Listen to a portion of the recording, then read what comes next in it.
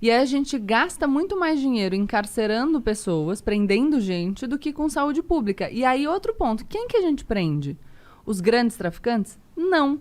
Porque eu queria trazer um livro, aliás, eu não achei em casa, o Sentenciando o Tráfico, do juiz Marcelo Semer, e ele vai mostrar que uma pequena parte das prisões é decorrente de investigação. O resto é policial militar na rua, prisão em flagrante. Você pega um cara jovem, primário, coloca na cadeia, cumprindo pena, e aí, enfim, ele acaba integrando uma das facções criminosas. Aqui tem o livro A Guerra, do Bruno Paes Manso, A Ascensão do PCC, fala um pouco disso. E você perde essa pessoa. Então, você, achando que você está combatendo violência, você acaba produzindo mais violência. É um contrassenso à política. Você dá material humano pro tráfico, exatamente. Né? Porque o cara vai pra cadeia, já tem a ficha suja. Então, a questão é, a gente precisa pensar. Outra coisa, tempo de polícia. O uso de drogas segue sendo crime. Tá? Ele não é punido com pena de prisão, mas... Já fui algemado, já fui pra cadeia. E você tem que assinar o termo circunstanciado, né? O Igor foi lá na DENARC comigo, porque a gente, né... Pior que é, estamos sendo investigados pelo DENARC. Estão sendo investigados? É. Por quê? Porque a gente fuma tabaco orgânico. Dele. Mas aí você percebe? E, então, todo um dinheiro, gasto Usuário, público direcionado para isso... É incentivo, talvez. Gasto público direcionado para isso, enquanto a gente não consegue punir nem 10% dos homicídios no Brasil. É. Bom, não tem uma estatística que 40% das pessoas que estão presas não foram julgadas ainda? É, muitas das pessoas... Não é meio absurdo isso? Pra mim parece um crime contra a humanidade isso aí. É um absurdo isso, mas aí a gente tá falando de uma outra questão. Claro. Que tem a ver com lei de drogas também, porque a maioria dos presos em flagrante permanece preso, então tá preso cautelarmente até o final do processo. Mas se a gente pensar em total de população carcerária, você vai ter mais de 40% de presos por crimes relacionados a drogas. Você tem na população carcerária feminina 60%. E, de novo, não é o grande traficante. Então, é uma peça substituível. Sim. O que eu tô falando é, nós estamos gastando dinheiro, Enxugando a gente está gelo. gastando tempo de polícia e não está produzindo resultados. Então, a única coisa que eu enfim, defendo é que a gente pense com racionalidade. Cara, bora debater. Não precisa concordar comigo não, cara, mas não tá funcionando. Só que sem medo, não adianta a gente debater, tipo, não posso falar sobre esse assunto, porque a gente não sai do lugar. Bom, a gente conversando com o Eduardo Bolsonaro sobre essas paradas aí, ele disse que a principal razão pra ele ser... Não sei se era a principal razão, mas uma das razões pra ele ser contra, tipo, legalização ou descriminalização era que ia botar na rua um monte de gente, porque o cara não pode ficar preso por conta dessa parada de um crime que nem existe mais. Abolicio crimes. E aí ele falou também que... Mas aí a questão é... Olha, eu sou contra a descriminalização porque vai botar na rua pessoas. Então você é contra a descriminalização porque você é contra que essas pessoas fiquem na rua, ponto. Porque se você acha que o crime não deveria existir, não te interessa o pretérito. E aí vem o que ele falou depois. O que ele falou depois é o seguinte, é muito mais... Por exemplo, às vezes a gente pega... Não tô falando que eu concordo, beleza? Tô relatando. Claro. Ele disse que às vezes a gente pega um cara que cometeu outros crimes e a gente consegue prender ele porque ele tava com droga. E aí a gente consegue botar ele na cadeia. Então, às Caralho, vezes... mas... Não, desculpa, o cara tá falando. O Estado é ineficiente e não consegue fazer o que a gente tem que fazer, então a gente precisa dar um jeitinho, um jeitinho que a gente... Cara, pô, mas aí, desculpa, gente. A falha do argumento tá nele mesmo, nos dois. Sim. Não faz nenhum sentido. Então, mas aí a gente foi conversando sobre isso um tempo e não avançamos. Mas... Que bom. É que não vai mudar a ideia do Eduardo Bolsonaro sobre drogas ao vivo num programa, né? Mas é importante a gente poder debater para as pessoas que estão escutando. Eu acho. Eduardo, talvez eu tenha falado merda, mas é isso que eu me lembro. Mas é muito complexo o assunto, né, cara? O foda é a galera, tipo, jogar qualquer coisa de orelhada sem estudar a fundo, porque é um assunto delicado demais, né? Mexe com a vida das pessoas. E outra, você não precisa dar um passo gigante. Eu aceito pequenos passos. Primeiro é uma coisa. Você não precisa... Não, e você não precisa descriminalizar. A gente não conseguiu ainda nem julgar o recurso que está no Supremo para descriminalizar a conduta de porte para uso pessoal. Então tem muito a percorrer. Pode e aí, crer. se a gente vai falando de mercado de cannabis agora, um mercado que se apresenta como muito promissor. Vocês estavam falando de investimento em poupança. A gente está falando dessa corrida, o green, né? Que é a corrida por esse tipo de mercado. E a gente vai ficar para trás de novo. E o Brasil é um lugar excelente para produzir esse tipo de Pô, coisa. aqui tem sol pra caralho, né?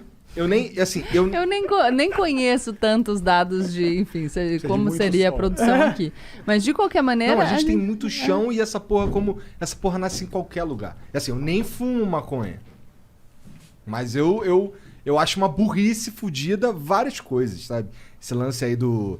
Primeiro que assim, todo esse lance de proibir maconha tem a ver com encarcerar os caras mesmo, né? Não tem muito a ver com... trouxe aqui o livro do Henrique Carneiro, Drogas, a História do Proibicionismo. Posso indicar um podcast? Claro. Tem um podcast dele na Ilustríssima, uma conversa Ilustríssima da Folha de São Paulo, bem legal. Ele explica as origens do proibicionismo e por que era uma lei direcionada para uma tentativa de criminalizar grupos. E aí a substância foi o meio que eles encontraram. Total. Sim. Então, é um livro... Não, pra mim essa discussão é uma discussão que devia ser um dan. Pelo simples... Um dan, uma obviedade, uma conclusão óbvia de se chegar... Pelo primeiro... Toda vez ele mete. Não, mas eu acho bom o dan, que eu pensei que poderia ser um vocabulário de gamer. Não, pelo próprio argumento que você trouxe. Tipo, o consumo de drogas nunca esteve tão difuso. Então... E aí? É óbvio que não tá dando certo. Se o objetivo da guerra contra as drogas era inibir o consumo... Errou!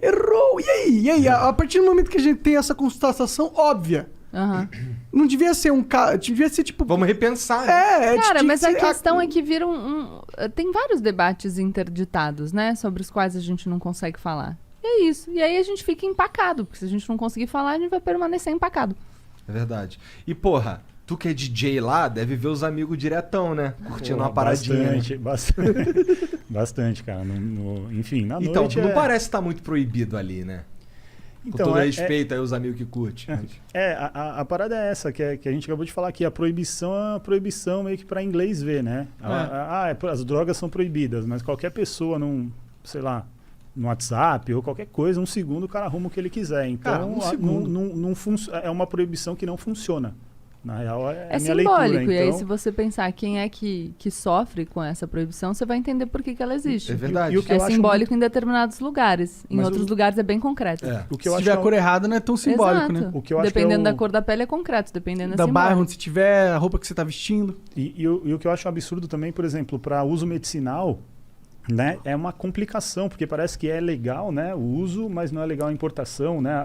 É do insumo. Do insumo. Exato. A gente tem agora, pode usar os medicamentos à base de cannabis, mas você precisa de uma autorização específica da Anvisa, até para produção, mas você tem que importar o insumo. O que também é um problema, porque você estará comprando o insumo de outro país, que é quem vai ganhar o dinheiro pela venda do insumo. Tipo, economicamente, devia ser um dano, né? A gente falou, a gente contou para vocês que a gente adotou um cachorrinho, né? Sim. E ele tem uma sequela de sinomose, então ele tem espasmos constantes e tudo. Sinomose, cara, é um vírus que dá em cachorro. Então, aquelas vacinas que os cachorros tomam logo que nascem e depois vai né, renovando a dose da vacina, já mata na raiz o problema. O bichinho fica imunizado, mas... Até cachorro precisa tomar vacina. Vamos falar disso já. E aí o nosso cachorrinho, ele foi resgatado pela Luísa Mel, né, numa favela, e ele não tomou vacina, ele era um cachorro abandonado. E aí quando a gente adotou, ele já estava curado. A sinomose mata 95% dos cachorros que pegam. Caralho. Ou seja, o nosso é um sobrevivente, guerreiro. Ele é um e aí ele enfim, ele tem essas sequelas, né? Ele tem esse não dá em humano vírus, né? Então ele foi criado numa baia, no abrigo, ele não socializava com outros cachorros e tudo. E um dos tratamentos que ameniza essas sequelas, porque ele fica tremendo, cara, a gente estava vendo, a cada 1,5 segundo, ou seja, a cada 1,5 segundo ele tem um espasmo, um tique. E aí também, porque é um problema no sistema nervoso, e a patinha dele também fica meio manca.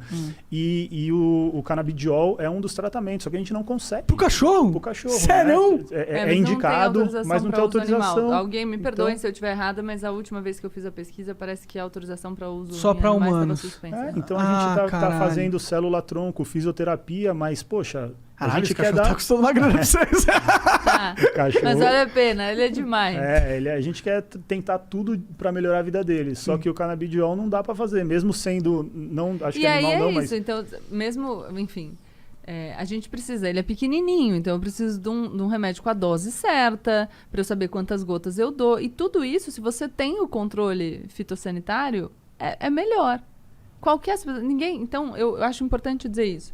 Eu não tô falando aqui que usar drogas não faz mal. Faz mal. Faz mal como faz mal fumar cigarro, como faz mal usar álcool. Faz mal. Sim. Como faz mal comer muita gordura. Faz mal. Açúcar faz mal pra Exato, caralho. faz mal. E por isso eu acho que a gente deve controlar. E fazer o máximo que a gente consegue pra proteger a saúde das pessoas. Nisso 18 tá. anos abaixo, não use nenhum tipo de droga. E nisso tá. Tem uma bula. O que você tá usando? Você tem que saber o que você tá usando. Você tem que saber qual é o efeito daquilo. No maço de cigarro, você compra um maço de cigarro, tem ali o aviso. Não tem? Tem. O que pode causar. Vai ser engraçado os avisos da maconha. Pode te deixar com uma fome insana. Vai ficar meio lerdo. Não, mas Pode você pode ficar ser. burro. Você tá falando, A uso perda de memória. precoce. Tem Larica, pesquisas causa de uso larica. precoce. Causa larica. Tem pesquisas de uso precoce, Tem. por exemplo. Então, a gente tem Antes dos avisos. 25 que a gente... anos, ele pode ter um efeito prejudicial muito forte no desenvolvimento do cérebro. Então, isso que a gente... Ótimo. Então, vamos fazer os alertas. Ótimo, isso é horrível. Não, vamos fazer os alertas, tá certo? Não tô... Quando eu falo que a gente precisa repensar a política, não é...